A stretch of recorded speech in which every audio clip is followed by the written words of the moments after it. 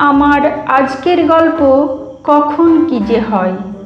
কলমে আশাপূর্ণা দেবী। এই লোককে নিয়ে এলি তুই বাসন মাজাতে?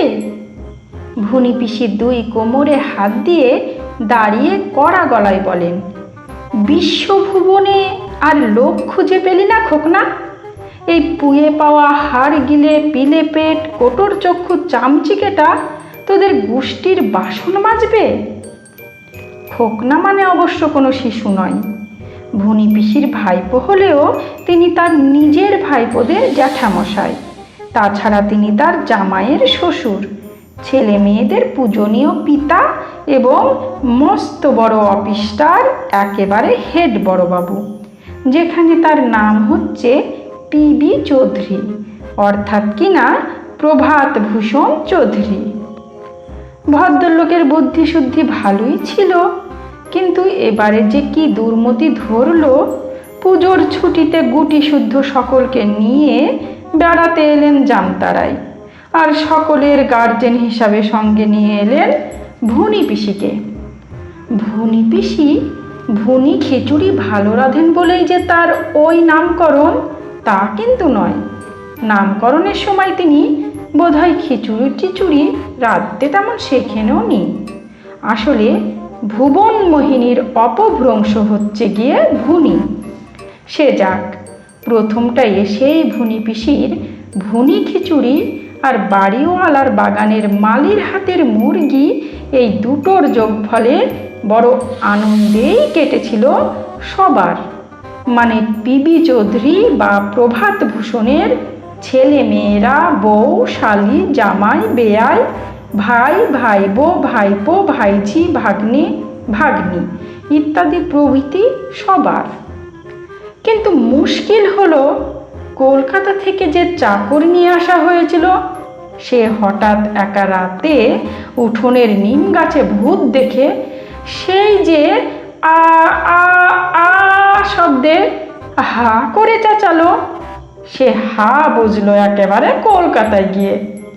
তারপর সেই জীবন রতনের দেখা দেখি বাড়ির ছোট ছেলেরাও কিছুদিন ভূত দেখতে শুরু করেছিল, কিন্তু ভুনি পিসির বকুনির চোটে তাদের ভূত ছাড়িয়ে ছাড়লেন।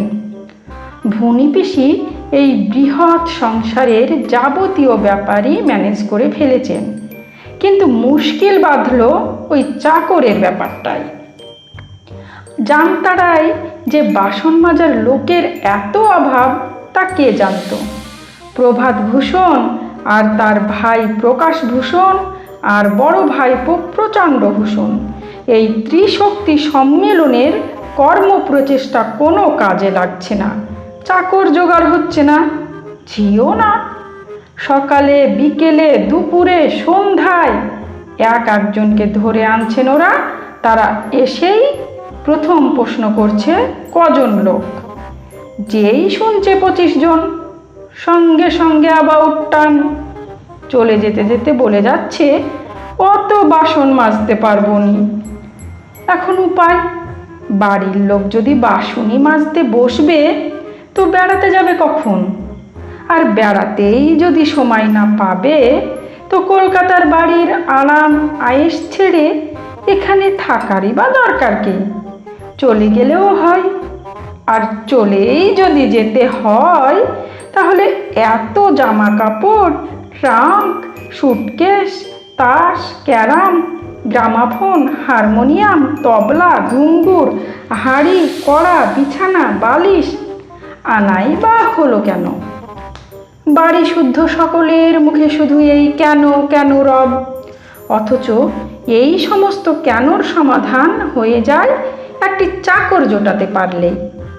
সময় সময় যে সামান্য একটা চাকরও এত দামি হয়ে উঠতে পারে, এ কথা আগে কোনো দিন টের পাননি পিবি।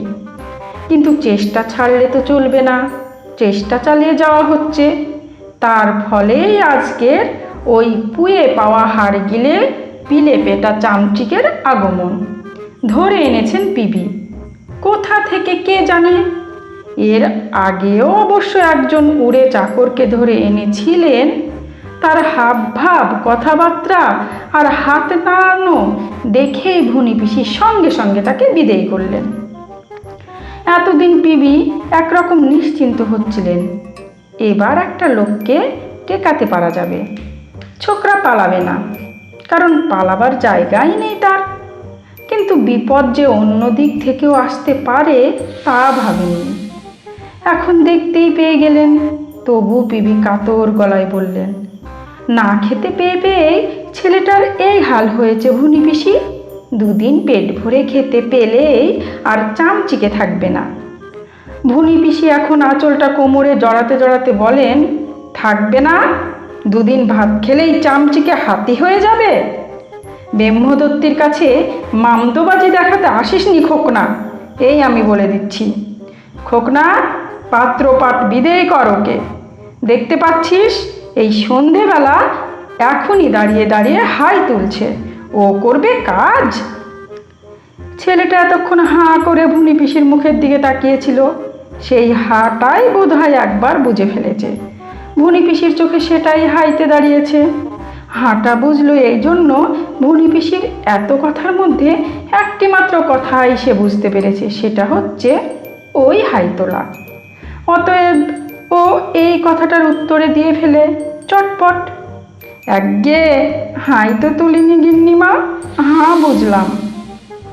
ভুনি পিসি রেগে উঠে বলেন, আরে গেল যা, এটা আবার কি ফোড়ন কাটতে এলো? খোকনা, বুঝতে পারছিস এ ছোড়ার প্রকৃতি ভালো হবে না, আমাদের কথার মধ্যে ফোড়ন কাটবে। বিদেয় কর, বিদেয় কর। ছেলেটা ভয়ে চুপসে গেল, ভুনি পিসির দিকে তাকাতেও সাহস করল না আর। খোকনা মনক্ষুণ্ণ হয়ে বলেন, তাহলে আর কি করা? ওরে বাপু, চাকরি বাকরি তোর আর হলো না, যা যেখানে বসে কাঁদছিলি কাঁদকে যা। ভুনি পিসি কোমর থেকে হাতটা নামিয়েছিলেন, আবার কোমরে তুলে যাকে বলে অগ্নিগর্ভ কণ্ঠ, তেমনি কণ্ঠে বলে উঠলেন, কি বললি খোকনা? যেখানে বসে কাঁদছিল? হ্যাঁ, তার মানে এটা ছিচকাদুনে কচি খোকা, আর সেই খোকাকে তুই বাসন মাজাতে নিয়ে এসেছিস? বুদ্ধির বলিহারি যাই তোর খোকনা, বিদেয় কর, বিদেয় কর। পিবি গম্ভীরভাবে বলেন, তাই তো করছি, যা রে গোবিন্দ, তোর ভাগ্যে আর আমার পিসির হাতে ভুনি খিচুড়ি খাওয়া হলো না। খিচুড়ির কথা কি বললি রে খোকনা? না, এই রাস্তায় আস্তে আস্তে ছোড়াকে তোমার হাতের রান্নার কথা বলছিলাম। বলছিল কি না 3 দিন খাইনি, তাই বলছিলাম। চল ঠাকুরমার হাতে ভুনি খিচুড়ি খাবি, খেলে তোরা আর। কি বললি খোকনা? ঠাকুমা? তার মানে ওই চামচিকেটা আমার নাতি? ভালো চাস তো এক্ষুনি দূর কর ওকে, বাড়িতে ঢোকালে রক্ষে আছে। হয়তো নেমন চুষ দাও, বিস্কুট খাবো বলে বায়না করবে, এই উঠোন থেকেই ভাগা। পিবি এবার চটে উঠে বলেন, তাই তো ভাগাচ্ছি, চলে আয়, শুধু শুধু কষ্ট দিলাম তোকে।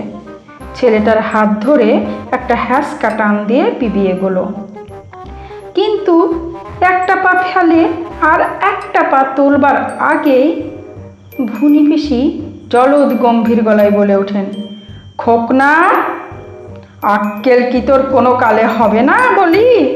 এই রাতের অন্ধকারে তুই যে ওই একটা চিমড়ে মরা খেকো এক ফোঁটা ছেলেকে বাড়ির বাইরে বার করে দিচ্ছিস, ও যাবে কি করে সেটা ভাবছিস?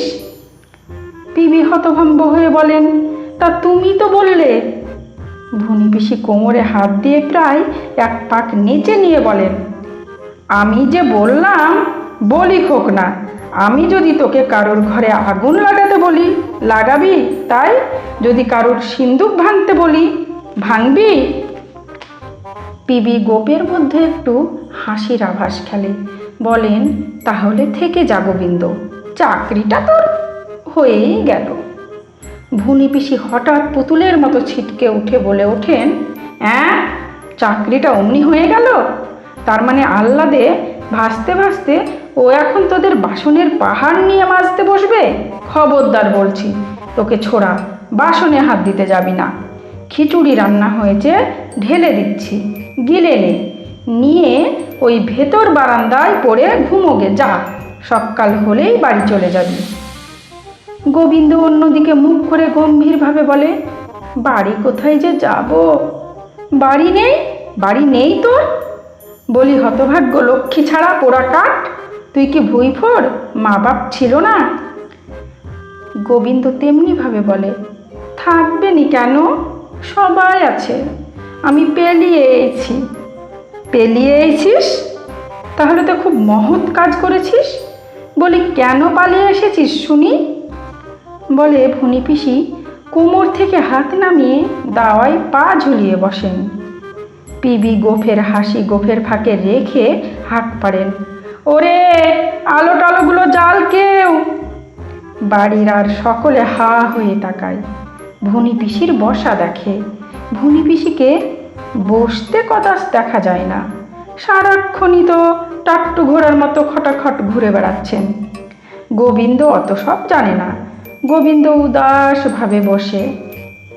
সৎমা মারে, খেতে দেয় না। বাহ বাহ, কি ভাগ্যমন্ত ছেলে একখানি। তা মারে কি অমনি? তুই কিছু বদমাইশি করিস নিশ্চয়? কিচ্ছু করি না, শুধুই মারে। ভুনি পিসি চড়া গলায় বলেন, তা মারাটাও একটা ভালো খাবার। খেয়েছিস, বেশ করেছিস। এখন খিচুড়ি খেয়ে আমায় উদ্ধার করবে, এসো। ব্যাস, গোবিন্দ রয়ে গেল। কিন্তু চাকরি গোবিন্দর হলো না। ভুনি পিসি কড়া গলায় হুকুম দিয়েছেন, হাড়ে মাস গজাবার আগে যদি কাজে হাত দিবি গোবিন্দ, তো তোর ওই হাড় একদিকে মাস একদিকে করব।